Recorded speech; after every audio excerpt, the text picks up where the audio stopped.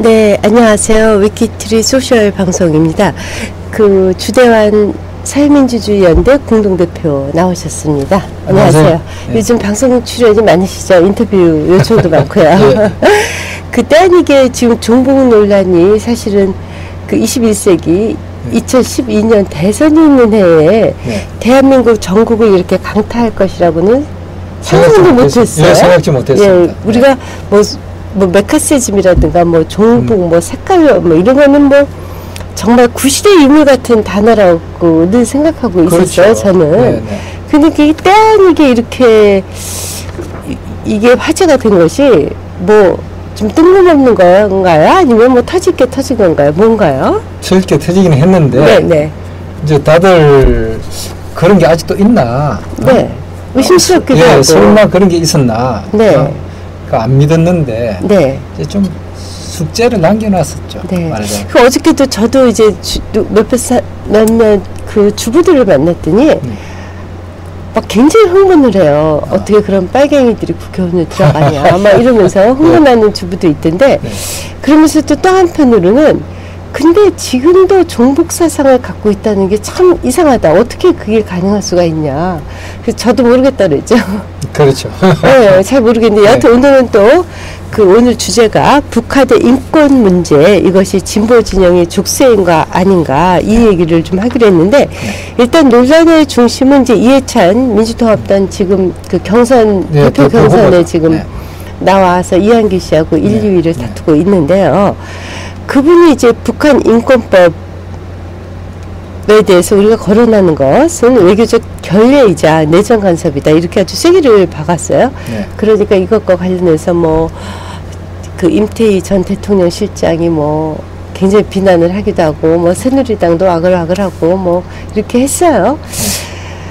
그런데 그 이해찬 후보는 이것과 관련해서 자기는 기존에 그냥 민주당의 당론을 얘기했을 뿐이다 이렇게 정리를 그렇습니다. 했거든요. 예, 지금 민주당 당론이 북한 인권 문제에 대해서는 내정 간섭이니까 간섭하지 않겠다 이렇게 되어 있는 건가요? 예, 꼭 그러니까 내정 간섭이니까 개입을 안 한다라고 되어 있기보다는 어떤 개입을 안 하는 것을 이제 원칙으로 해왔기 때문에 그에 대한 논리로서 논리로서 이제 92년의 남북 기본 합의서에 서로 내정 간섭하지 말자 이렇게 합의했던 그것이 하나의 중요한 근거가 되고 있다. 그런데 사실 인권의 문제라는 것은 보편적인 우리 인류가 지향하는 가치 아닙니까? 그래서 이것이 뭐 정치적인 어떤 이익이라든가 외교적 협상을 넘어서는 가치라고도 생각이 저는 개인적으로 들기도 해요. 그런데 이제 이것이 그 진보 진영에서는 유독 그 북한의 인권에 대해서 거론하지 않았단 말이에요. 우리 주대환 선생님은 어떻게 생각하세요? 그게 이제 박명린 교수라든지 이런 그 학자들에서 진작 지적이 많이 들어왔습니다. 네, 박명린 교수님은 조금 설명을 해주시죠. 네, 박명린 교수라고 하면은 지금 연세대학 국제대학원 교수인데요. 이 양반의 판단에 따르면 민주화 세력이 한국의 현재 야권의 역사적 뿌리 아니겠습니까? 그렇죠. 그럼 이제 한국의 야권이라 하면 민주화 세력인데 그 민주화 운동 세력이라 하면 남한의 인권 문제에 대해서는 굉장히 민감하게 예민하게 조그만 문제라도 거론해왔다 이겁니다. 또 그럼으로 인해서 또 남한 사회가 굉장히 발전하는데 동력이 되기도 했죠. 바로 그런 활동을 통해서 국민들로부터 신뢰를 받고 지지를 받아서 집권도 했었고요. 그렇죠. 그런데 왜 북한의 인권 문제에 대해서는 그렇게 둔감하냐? 아예 그냥 외면하느냐? 이것이 일치가 되지 않는다. 일관성이 없다. 하는 것이 국민들에게 아주 예리하게 그걸 이제 이 박명린 교수는 탈구라고 표현했습니다. 디스로케이션이라고 표현했는데 이게 안 맞다 이거죠. 그래서 국민들로부터 굉장히 날카로운 어떤 말하자면 국민들은 그걸 알고 있었다. 그런 점에 대해서는 느끼고 있었다 하는 거죠. 그래서 이것은 야권 또는 진보 진영이 빨리 개선하지 않으면 안 될 문제라고 비판을 해왔는데 아직도 박명림 교수님, 연세대학교 박명림 교수님이 그렇게 비판을 해오셨는데, 사실 이제 그것은 꼭 보수라고 할 수도 없고 보편적인 평균적인 상식을 가진 분들도 그런 지적을 좀 했어요. 왜냐하면 근데 제가 이제 궁금한 것은요, 그 북한이라는 나라가 지금 전 세계에서 최악의 그 국민의 인권, 네, 그렇습니다. 상황이 네. 지금 인권에 대한 온갖 만행이 다 네. 저질러지고 있는 그런 독재 국가 아닙니까? 네. 근데 그것과 북한의 인권을 거론하면 외교적 그 관계가 안 되는 겁니까? 네. 통일이 쉽게 얘기하면 통일의 걸림돌이 되는 겁니까? 그러니까 이제 우리가 이거를 보면 북한 당국에도 사실은 문제가 좀 있습니다. 네. 북한 당국이 너무 신경질적이잖아요. 네. 너무 자존심도 강하고. 네. 그러니까 요만한 비판도 허용하지 않는 거죠. 네. 그래서 거기에 뭐 조금만 이렇게 이야기를 하면 그냥 네. 뭐 아예 관계를 끊어버리겠다 뭐 난리를 치니까 예, 이런 식으로 하니까 네. 사실 이제 DJ 정부 시절 노무현 정부 시절에 좀 좋게 지내야 되니까 네. 평화를 유지하기 위해서 네. 그래서 그래 온 면도 있어요, 사실. 그러다 보니까 북한의 인권 상황이 점점 더 나빠지는 건 아닌가요? 왜냐면 우리가 북한의 인권에 대해서 얘기하지 않으면 사실은 그 굶어 죽는 사람들, 정치범 수용소에서 그 핍박받는 그 피해자들에 대해서 우리도 거론하지 않으면 누가 자기 문제처럼 거론을 하겠어요? 글쎄요. 그러니까 이제 그런 것이 네. 뭐 딜레마적인 그런 상황이고 네. 이제 북한 당국이 그런 문제를 뭐 어느 정도는 인정도 할 만큼 하면서 네. 이렇게 개선 노력을 보여주고 또 남한에서 그런 비판이 제기되더라도 뭐 좀 또 그런 거를 받아들이면서 또 이렇게 관계를 해주면 좋은데 일체 뭐 그런 이야기를 용납을 하려고 하질 않으니까. 네. 대화가 끊길까봐 야당은 전략적으로 그렇게 선택할 수밖에 없는 문제입니까? 그렇습니다. 그런 어떤 말하자면 지금 뭐 이야기하는 외교적 결례라든지 무슨 뭐 내정 간섭이라든지 이런 논리는 좀 공색한 논리고요. 사실 네. 우리 다 그렇게 느끼지 않습니까? 네.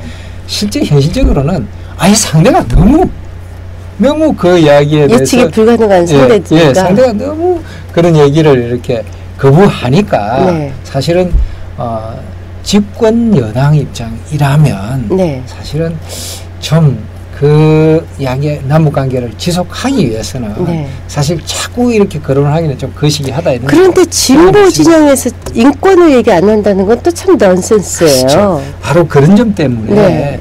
그런 점 때문에 이게 이제 우리가 진보 진영의 큰 약점이 되온 겁니다. 그러니까 그게 오히려 약점이 되어버렸는데 그러면 이제 단도직입적으로 이해찬 지금 대표 후보 아닙니까? 네. 그분이 만약에 이제 대표가 되실 수도 있어요. 그러면 이제 사실 제1야당의 대표라는 자리의 무게가 우리나라 정치에서 상당히 중요하지 않습니까? 그런데 그분이 이제 이것이 그 북한에 대한 인권법을 제정한다라든가 이런 것이 이제 내정 간섭이고 외교적 결례다 이렇게 발언한 것에 대해서는 적절했다고 보십니까? 아니면 어떻게 판단해야 되나요? 그래서 이제 기존 당론은 지금 그렇게 되어 있으니까 네.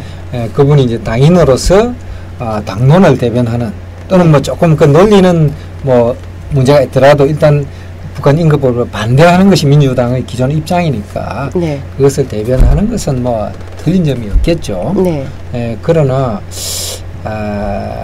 문제는 민주당이 네. 여당도 아닌 야당이 된 이 시점에 야당에서 야당이 된 이 시점에 굳이 그러한 입장을 계속 견지하는 것이 네. 정치적으로 과연 말하자면 덕이 되는 것인지 네. 예에 대해서 의문이 있습니다. 그 북한을 상대해야지 될 상대는 여하튼 지금까지는 새누리당과 청와대 아니겠습니까? 그렇죠. 여당은 여당이라면 오히려 네. 조금 이제 그런 문제에 대해서 신중하게 북한이 신경질적이니까 그럴 수도 있지만 차제에 야당도 됐는데 진보 진영에서 뭐 물론 이제 12월 19일 대선 지나면 여당이 될 수도 있죠. 그래도 뭐 그땐 그때고 지금 그렇죠. 여당 시절의 습관과 야당 시절에 해야 될 걸 조금 지금 뒤바뀌어요. 그러니까요. 예. 지금은 진보 진영이 당연히 그 인류의 보편적 가치인 네. 인권 문제에 대해서 강력하게 나와야 될 것 같은데 이유는 이해찬 그 국회의원님 뿐만이 아니고 지금 손학규 전 대표라든가 그 또 야당의 유력 그 대선 주자인 문재인 씨 등도 이 문제에 대해서는 좀 뉘앙스는 다르지만 큰 기조는 좀 별로 다르지 않은 것 같아요. 아, 그 부분에 대해서는 예, 조금 손학규 전 대표나 문재인 의원의 발언을 이렇게 자세히 보시면은 네네. 상당히 원론적 입장을 얘기를 하시면서도 네. 변화가 필요하다는 걸 좀 인정하고 계신 것 같아요. 네, 두 분은. 네네, 그렇습니다. 네. 그러니까 손학규 대표의 발언을 보면은 북한은 정상적 국가가 아니다. 네. 그리고 북한의 인권 문제는 심각하다. 네. 그리고 북한의 인권 문제에 대해서 우리가 개입하고 또 북한 인권을 개선하기 위해서 노력하는 것은 네. 당연하다는 취지의 말씀을 네. 하셨고요. 물론 이제 구체적으로 북한 인권법 제정에 대해서 찬성한다 이런 말씀까지는 안 나갔습니다. 네. 그러나 그런 말씀을 했고 또 문재인 의원도 비슷한 얘기를 했습니다. 네. 비슷한 얘기를 북한 인권 문제는 보편적 가치이기 때문에 네. 이념 문제하고는 별개의 문제다. 네. 그리고 북한도 인권 상황을 개선하기 위해서 노력해야 되고 남한도 같이 좀 노력해야 된다. 이런 취지로 말씀하셨기 때문에 네. 기존의 민주당 당론에 조금 변화가 있지 않을까 이런 기대도 이제 네. 갖게 하는 말씀을 했는데 그런데 이제 이번에 그 이해찬 의원의 발언이 화두가 네. 되다가 보니까 이런 점도 있었어요. 뭐가 있었냐면 특히 뭐 SNS 상에서 역시 뭐 새누리당은 지금 박근혜 당 아닙니까? 박근혜를 상대할 수 있는 사람은 역시 이해찬 뿐이다. 이해찬 후보가 조금 그 김한길 후보한테 좀 뒤처지는 그런 네네. 정서가 좀 있지 않았습니까? 네. 이제 마지막 수도권에 이제 투표도 남아있고 한데요. 그런데 이제 그 이해찬 의원의 발언이 나오자마자 그 김한길 의원께서 그 이해찬 의원이 두각되는 것이 해서 이해찬과 박근혜로 가기 쓸까봐 딱 정리를 하고 나섰어요. 색깔론은 옳지 않다 이런 식으로. 그래서 네. 그래서 정치적으로 너무 그 이해찬 의원뿐만이 아니라 그 김한길 의원까지도 좀 정치적인 계산을 하고 있는 거 아닌가. 예. 그러니까 이제 어떤 각이 지금 새누리당의 어떤 비판을 정면으로 반박하는 모양을 취함으로 했어요. 네. 또 왜냐면 그것으로 인해서 중도가 좀 떨어질 수 있지만 진보 진영의 결집 효과를 이해찬 의원이 지지자들의 표를 일단 받아야 되니까. 네네네. 야당 대표가 되기 위해서. 그걸 굉장히 또 그 김한길 의원은 전략적인 경계하는 발언을 했어요. 그런 어떤 계산을 해서 이해찬 후보께서 그런 발언을 하셨다. 또 김한길 이해찬 그래서 그런 해석인데 뭐 그럴 수도 있겠습니다만은 네. 그러나 이건 지금 대선을 코앞에 두고 있는데 네. 지금 저는 뭐 꼭 그럴까라고 생각이 들고요. 네. 일단 그 우리 주대한 소장님 그 공동대표님께서는 결국 이 인권 문제로 야권이 끌려가는 것은 대권 도전할 때 나중에 12월 대선에 유리하지 않다 이렇게 보시는 그렇습니다. 건가요? 예, 이거는 족쇄가 된다고 봅니다. 족쇄가 예. 된다. 네네. 이거는 뭐 100m 달리기 하는데 네. 뭔가 이렇게 무거운 무언가를 하나 차고 모래주머니나 무슨 아니면 쇠고랑 같은 걸 차고 달리는 거랑 마찬가지로 네. 이 문제에 대해서 야권 또는 진보 진영은 입장을 명확히 할 필요가 있다. 네. 손학규 대표라든지 손학규 전 대표나 문재인 의원의 발언도 애매하거든요. 네, 그러게 애매해요. 그분들의 이야기와 또 이해찬 의원의 발언도 좀 차이가 나고 또 뿐만 아니고 이용섭 정책의장이나 이런 분들은 또 이해찬 의원의 발언에 무게를 싣는 북한 인권법에는 북한 인권을 개선하는 내용이 없다. 이런 또 취지의 발언도 하고 해서 전체적으로 보면 좀 혼란스러워요. 야권 진영이. 예. 그런데 이제 우리가 지금 말하는 그 진보 진영이 사실은 우리나라의 중요한 민주화의 메인스트림 아닙니까? 네. 그런데 아까 모두에 말씀하셨듯이 우리나라 대한민국의 인권 향상에 상당히 큰 기여를 했어요. 그렇습니다. 그런데 진보 진영이 또 정치권은 그렇다 치고 정치권은 뭐 대북 협상을 해야지 되는 전략적 그 상대니까 그렇다 치고 그럼 진보 진영은 특히 민주화 세력들은 왜 북한의 인권에 대체적으로 침묵하고 있는 건가요? 그게 정말 의문이죠. 네. 그게 정말 의문입니다. 그러니까 제일 먼저 정부 당국, 또 정부 당국 중에서도 통일원이라든지 이런 쪽에서는 말을 신중하게 해야 될 것 같습니다. 바로 직접 남북 협상에 내일 당연 얼굴을 마주해야 되니까. 그런데 아니 정부 당국도 아니고 또 여당도 아니고 시민단체가 또는 일반 개인 지식인들이 왜 이렇게 진보 진영의 지식인들과 시민단체가 왜 이렇게 북한 인권 문제에 대해서 침묵하는가, 외면하는가, 이거 정말 이해가 안 가는 거죠. 그 이유가 뭔가요? 글쎄 이제 그것이 하루 이틀 된 게 아니고요. 오랜 지금 전통이 돼버렸습니다 벌써. 전통이 돼버렸고 이것을 빨리 바꾸지 않으면 큰 약점으로 남는다. 그것이 제 생각이고 또 아까 제가 말씀드린 그 박명린 교수도 그런 지적을 누차 했습니다. 그런데 이제 지금 이게 해결되지 않고 있습니다. 진보 진영이 그렇게 하는 이유가 혹시 진보 진영 내에 여전히 뭐 우리가 소위 말하는 이 표현이 맞을지 모르겠지만 종북 세력이 주도권을 잡고 있기 때문에 그들의 헤게모니에 눌려서 혹시 북한 인권 문제에 대체적으로 그냥 침묵하고 넘어가는 그런 분위기는 아닌가요? 글쎄요, 저는 이제 그래서 자꾸 그 용어를 조금 이제 참 쓰기가 어려운데 규정을 조금 엄격히 하려고 개념 규정을 좀 우선 엄격히 해야 되는데요. 주체 사상 뭐 믿는 사람, 신봉하는 사람 말고도 전반적 분위기가 친북 민족주의 분위기가 진보 진영의 강세를 보이고 있다. 주사파 아주 소위 말하는 아닌가요? 주체 사상을 신봉하는 사람은 소수인데 이 주체 사상을 신봉하는 사람이 아니고 친북 민족주의. 친북 민족주의가 그 야권 세력의 친북이라 함을 무슨 종북이라든지 뭐 조선노동당 시키는 대로 한다 이런 뜻이 아니고요. 뭔가 반미를 하고 친북을 해야 이게 뭔가 진보인 듯한 분위기 있지 않습니까? 그래야 뭔가 왜 그래야지 멋있는 것처럼 보이게 됐죠? 글쎄 그게 이제 우리나라가 후진국이고 약소국이고 이런 시절에 미국이라는 거대한 그 제국주의 나라가 우리나라가 분단에도 책임이 있고 또 전쟁에도 책임이 있고 등등 이제 이렇게 우리가 생각을 많이 하지 않았습니까? 그때 그런 시절에 사고방식이 남아서 진보 진영이라 하면 기본적으로 미국에 대해서는 반대하고 또 약자인 북한에 대해서 약자이자 동포인 북한에 대해서는 좀 우호적이어야 된다.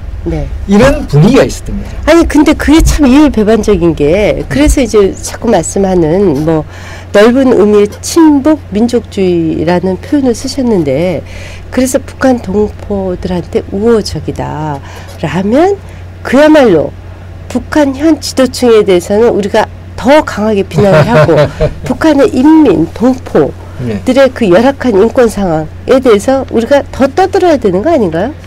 그렇죠. 국제사회에 호소도 하고. 그렇죠. 그래서 이제 그게 참 이율배반적이에요. 왜냐면 북한은 진짜 소수의 독재 권력이 대다수의 민족을 완전히 억압하는 정말 비정상 국가 아닙니까? 그러니까 그런 말하자면 그런 어떤 인식, 그런 어떤 북한이 그렇게 계급 사회고 어떤 독재 정권이다 이런 것이 알려진 것이 얼마 되질 않았습니다. 한 20년 정도밖에 안 됐죠. 아니 20년이면 그러니까 20년이면 짧은 세월이 아니죠. 그런데 20년 그 이전에 대학 생활을 하고 젊은 시절을 보낸 사람들이 이른바 486 아니겠습니까? 이 486 세대의 머릿속에는 그런 어떤 기본 포맷이 있는 거죠. 아니 근데 이제 지식인이라는 것이 틀린 걸 알았으면 자기 생각을 바꾸는 게 지식인 아닙니까? 틀렸다는 것을 알았으면. 그런데 여튼 지금 뭐 북한의 인권 문제뿐만이 아니라 북한의 그 열악한 상황 이런 것들을 전 이런 대명천지에 모르는 사람이 있다는 것이 참 이상한데요. 여하튼 얼마 전에 네. 그 한때 그 주사파 중에 아주 핵심으로 활동했던 이종철 씨란 분이 TV 토론에 와서 이런 얘기를 하시더라고요. 당시 자기네들이 지하에서 세뇌 교육 받을 적에 자기는 그 북한이 그렇게 못 살고 뭐 이런 식의 그 남한 정부가 하는 것이 다 정치 선전인 줄 알았다는 거예요. 그렇죠. 그 당시에는 그렇게 생각했죠. 네. 더욱이 그 당시에는 이게 북한이 그렇게 못 살 거라고 생각 안 했다는 거예요. 북한이라든지 또 사회주의권에 대한 정보가 없었습니다. 네. 한동안 예전에는. 네. 그래서 우리나라 정부가 발표하는 걸 믿지 않았다는 거예요. 그렇습니다. 그냥 방공 교육이다 이렇게 생각했죠. 네. 네. 하여튼 참 문제인데요. 그게 오래 남아 있는 거죠. 네. 지나간 시대의 그 잔재가 네. 잔영이 오래 남아 있습니다. 그런데 이제 뭐 이번에 그 프랑스도 선거에서 이제 진보 진영이 이기지 않았습니까? 대선에서. 그리고 이제 유럽 같은 경우는 진보 정당이 상당한 네, 그렇습니다. 그 영향력을 갖고 있죠. 그런 유럽의 그 진보 정당들도 다 북한의 인권법에 대해서 뭐 유엔에 제출도 하고 뭐 끊임없이 얘기를 하고 그것을 개선하기 위해서 주도적인 역할을 해요. 그리고 또 그 미국과 일본도 북한 인권법을 제정을 했어요. 그런데 왜 우리만 북한 인권법에 이렇게 지금 그게 이제 우리가 흔히 알고 있는 바와 조금 차이가 있는데요. 네네. 미국 같은 경우도 미국 민주당이 오히려 더 북한 인권 문제에 대해서 적극적입니다. 원래 진보 진영이 더 보편적 가치에 더. 일본은 조금 뭐 또 조금 다른 경우도 있겠습니다만은 유럽 같은 경우에 이제 진보 정당 말씀하셨듯이 진보 정당들이 이제 큰 영향력을 가지고 있거나 또는 집권당인 나라들도 많은데 사실 유엔에서 해마다 결의되는 북한 인권 결의안은 주로 EU의 그 주도에 의해서 EU가 제출해서 주로 이제 올해도 그 인권위원회는 통과했습니다. 총회는 아직 열리지 않은 것 같은데요. 해마다 그게 이제 통과되고 있잖아요. 그렇게 하고 있는데 그런 점에서 이 EU에 속한 나라들, 유럽 나라들의 진보정당 분들은 한국의 진보정당에 대해서 굉장히 이해하지를 잘 못해요. 네, 그렇군요. 아주 이해를 잘 못하고 그 참 이상하다. 네. 굉장히 이상하다 생각을 하고 있고 설명이 잘 안 되죠. 네.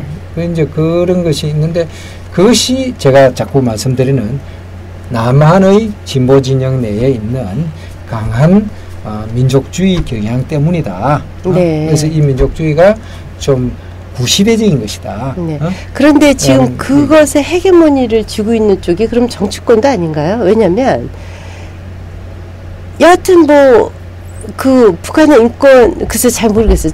그 북한의 인권에 대해서 거론하는 게 또는 그 우리나라 국민으로서 북한에 지금 그 왜 이석기 의원이라든가 김재현 씨 같은 경우 북한의 3대 세습에 대해서 절대로 답변을 안 하잖아요. 그렇죠. 그 사람들은 뭐 워낙 그쪽 핵심 멤버들이니까. 네, 그렇고요. 저는 이제 그런 핵심 멤버들의 문제만이 아니고 그들을 둘러싼 그 분위기, 야권 전체 분위기가 문제다.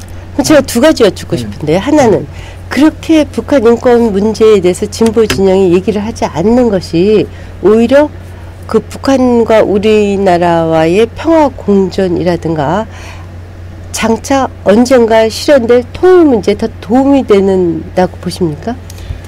그런가요? 이제 솔직히 말씀드려서 그냥 좋게 지금 당장 지내는 거는 좀 도움이 될 수도 있겠죠. 당장에는. 네.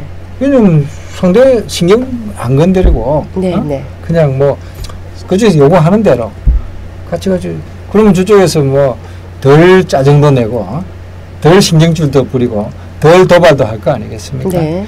자꾸 도발하고 아니면 분쟁이 잦아지면 아이 한국은 굉장히 위험한 나라구나 해가지고 외국에서 볼 때 한국은 북한하고 분쟁을 만날 하니까 굉장히 전쟁 위험도가 높은 나라다.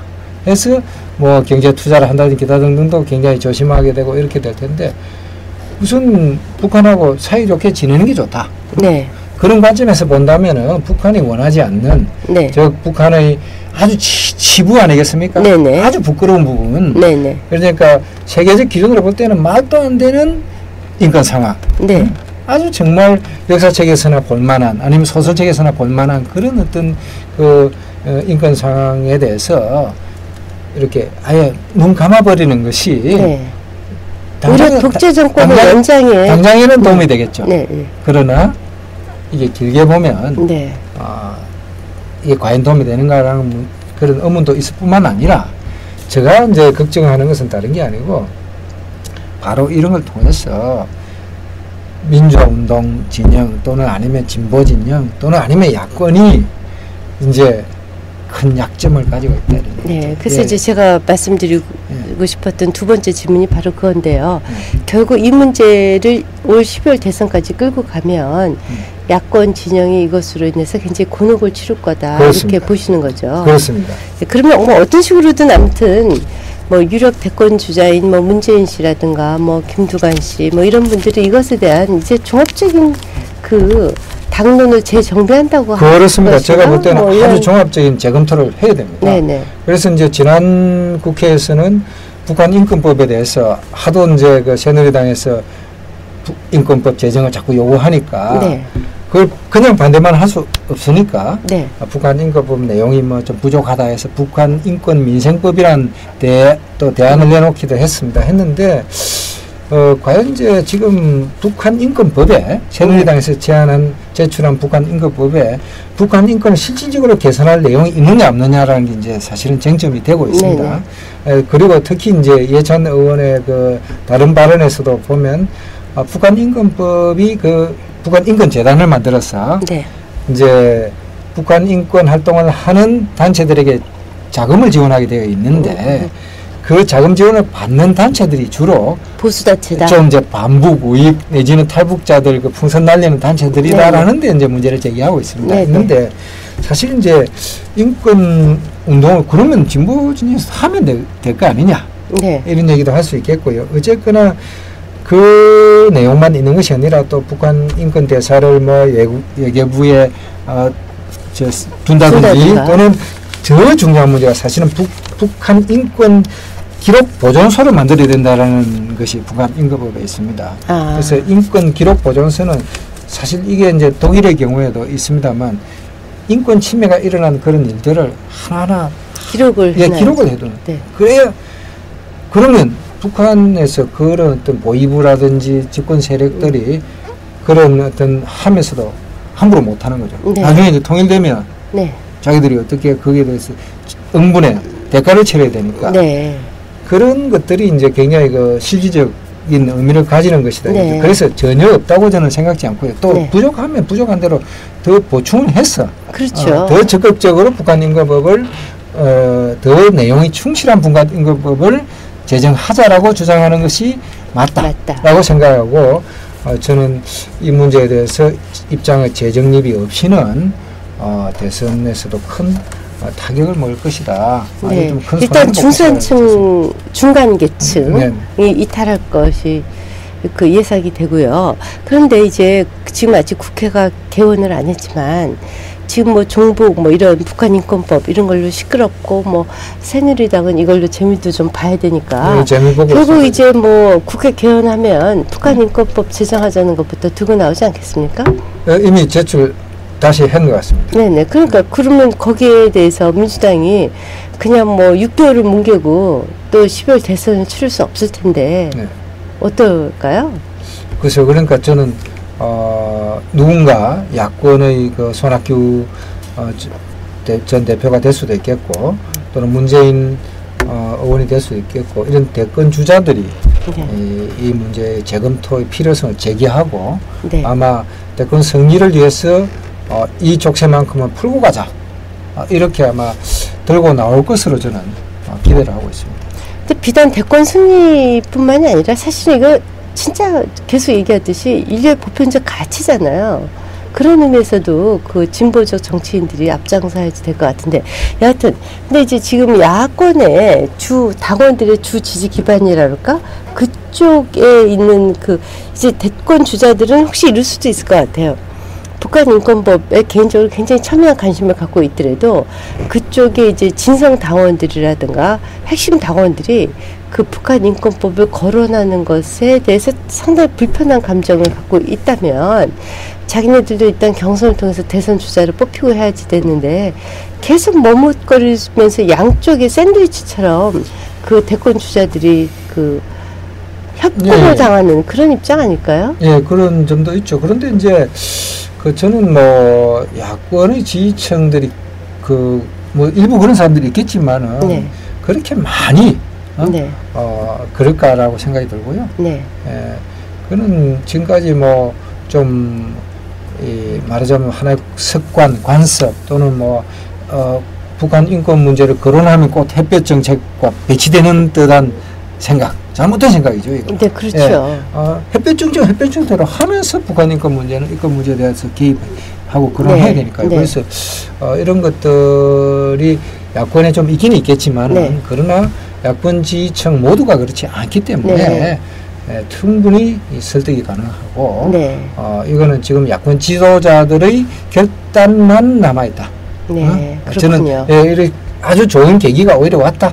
이 족쇄를 풀 수 있는 계기가 왔다. 저는 그렇게 생각합니다. 얼마 전에 이제 그 한국 유권자 연맹의 뉴욕에서 활동하시는 김동석 소장님이 여기 나오셨었어요. 근데 그분이 이제 그 위안부 기린비를 한국인들이 많이 사는 그 뉴저지의 그 페이사이드 파크에 1호 기린비를 세우셨어요.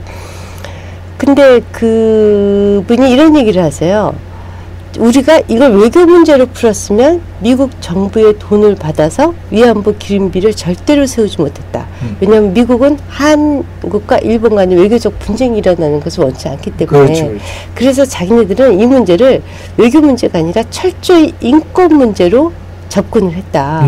그래서 미국 정부와 협상하고 설득하고 노력을 다했다는 거예요. 그랬더니 결국 미국의 그 하원 의원들이 힘을 모아줘서 이 위안부 기린비 그를 건립하는데 도움을 주도록 의회가 결정을 했고 그래서 의회의 돈을 받아서 1호를 세웠고 이제 2호, 3호, 4호를 미국 전역에 아리조나라든가 이런 데에 세우시겠다고 지난번에 일본 사람들이 가서 굉장히 불편해하면서 철거해달라고 그러고 했죠. 그랬을 때 그러니까 이건 외교 문제가 아니라 인권 문제로 접근했기 때문이라는 거예요. 그래서 저는 사실 외교 문제보다 더 상위 개념이 인권 개념 아닌가요? 그래서 그 야당이 외교 문제는 외교 문제고 그 상위 개념인 인권 문제는 인권 문제로 투트랙으로 가야 되는 것이 맞지 않나 그런 생각을 좀 했는데 그러니까 야권 또는 진보 진영의 시민단체나 지식인들의 역할이 굉장히 클 것 같습니다. 이런 쪽에서는 좀 자유스러우니까요. 그래서 그런 쪽에서 먼저 이런 문제를 이제 지금까지 우리가 해온 건 이랬지만 이제 좀 바꾸자. 이렇게 해서 좀 적극적으로 나서주면 변화가 빨리 오지 않을까 이렇게 생각합니다. 근데 이제 그런 것보다도 우리나라가 워낙에 이제 아직도 뭐 권위주의적 잔재도 남아있고 뭐 이래서 역시 그 대권 주자가 야권의 대권 주자가 이것과 관련해서 분명한 입장을 취해주는 것이 결국은 짧게 쉽게 바꿀 수 있는 방법 아닐까요? 그거는 말하자면 대선을 앞두고 있기 때문에 지금 시기에는 대권 주자가 어떤 분이 그런 걸 주장을 하고 나오시면 굉장히 좋은 반응을 얻을 수 있다고 저는 믿습니다. 결국 대선이라는 것이 중간층 진보 보수 양쪽 진영은 이미 찍을 정당을 선택했다고 보고요. 우리나라의 보수층이 상당히 많지 않습니까? 그 보수층은 종북 세력도 싫어하지만 색깔론도 굉장히 싫어한단 말이에요. 사실 그래서 지금 굉장히 헷갈려요. 왜냐면 새누리당이 또 너무 끌고 가니까 새누리당도 사실 상당히 꼴보기 싫더라고요. 무슨 족구질만 한 것처럼 오버를 하고 있죠. 너무 지나치게 오버를 하는 것도 오버하고 있습니다. 이게 무슨 옛날 메카시즘대로 돌아가는 것도 아니고 완전히 제명하자 이런 그러니까 말도 안 되는 왜냐면 국회의원을 제명한다는 것은 사실 3분의 2 이상의 지지율에 정치 문제, 사상 문제는 정치 문제, 사상 문제로 풀어야지. 그러니까요. 그거를 그런 식으로 푼다는 것을 보면서 참 우리나라의 진보 보수 하나 양쪽 다 할 것 없이 이렇게 어린애 같은 그런 성숙되지 못한 정치를 할까 이런 생각을 하고 사실 그 사상의 문제는 또 별개의 문제 아닙니까? 여하튼 그건 좀 별도로 치더라도 결국은 이제 우리 오늘 그 주대한 대표님의 말씀에 결론 짓자면 북한의 인권 문제가 지금 현재 이 시점에서 진보 진영의 족쇄가 되고 있다. 그렇습니다. 그래서 풀어야 됩니다. 네, 반드시 풀어야 되고 네. 그것은 장기적인 대북 관계라든가 한반도 평화 정착을 위해서도 반드시 풀어야 되는 문제이자 동시에 이번 대선에 그 진보 진영이 승리를 하기 위해서라도 네. 네. 대선 주자가 명확히 입장을 바뀌어서 정리하고 가야 된다. 이런 네, 그렇죠. 그렇습니다. 그리고 이제 바로 그런 점에서 또 안철수 교수 같은 분들이 진영 논리에 얽매이지 않고 네. 이 문제 아까 지적했던 그런 야권 지지층들의 어떤 뭐 문화나 습관에 네. 얽매이지 않고 네. 과감하게 이런 문제에 대해서 접근하고 있는 이런 것이 네.